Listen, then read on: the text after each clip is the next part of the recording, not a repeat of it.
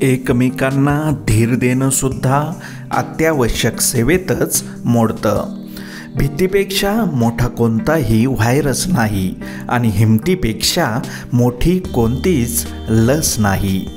आपल्या डोळ्यांना जे चुकीचं घडताना दिसतंय ते बरोबर करण्याचा नेहमी प्रयत्न करा, मग ती कर्म असो किंवा व्यक्ती.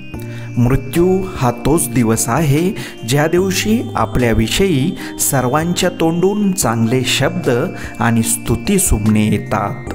आयुष्यात तुम्ही प्रत्येक वेळेस नवीन चूक करत असाल तर नक्कीच तुम्ही प्रगतीच्या मार्गावर आहात. चुकतो तोच अनुभवातून शिकतो. लांब धागा व लांब जीभ फक्त समस्याच निर्माण करतात, म्हणून धाग्याला गुंडाळून व जिभेला सांभाळून ठेवले तरच आपले जीवन सुखी होईल.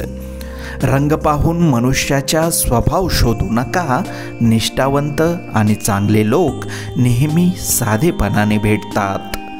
लोकांच्या मनानुसार व सोयीनुसार वागत राहिलं की लोक स्वतःच्या गरजेनुसार बोलतात बरं.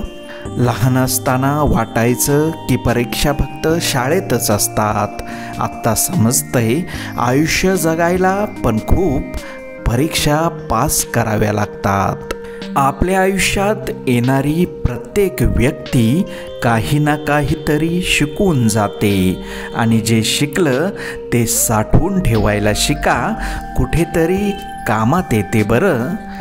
सन्मानाचा दरवाजा एवढा लहान असतो जिथे थोडे झुकल्याशिवाय प्रवेश नसतो. चूक नसतानाही केवळ वाद टाळावा म्हणून घेतलेली माघार हे संयमाचे फार मोठं प्रतीक आहे. सूर्याची पण काय कमाल असते ना. पूर्वेकडे असला तरी तो सूर्योदय आणि पश्चिमेकडे असला की सूर्यास्त. माणसाचं पण तसंच आहे.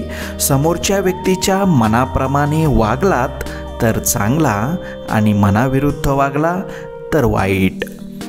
खूप दूरवर पाहण्याच्या नादात चांगल्या गोष्टी अगदी जवळून निघून जातात. त्यामुळे जे तुमच्या जवळ आहे तेच प्रेमाने सांभाळा, मग त्या वस्तू असोत किंवा आपली माणसं. आज सापडलेलं एक सत्य, चांगल्या व्यक्तीची देव चांगलीच परीक्षा घेतो. आयुष्यात नेहमी एक नियम ठेवा.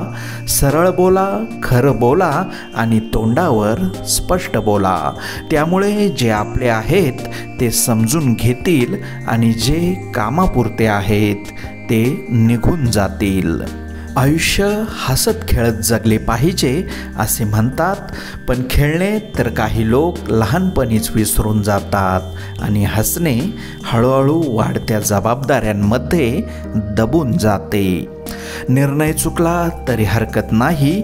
स्वतःवर विश्वास असला की जीवनाची सुरुवात कुठूनही करता येते. आपल्या हाताने जर कोणतं चांगलं काम झालं तर तो दिवस खूप चेहऱ्यावर आनंद देऊन जातो.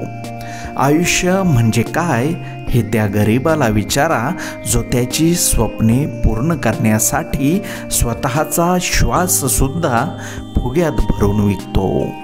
ऑक्सिजन असो की माणसाचे विचार एकदा पातळी खाली आली की धोका वाढतो.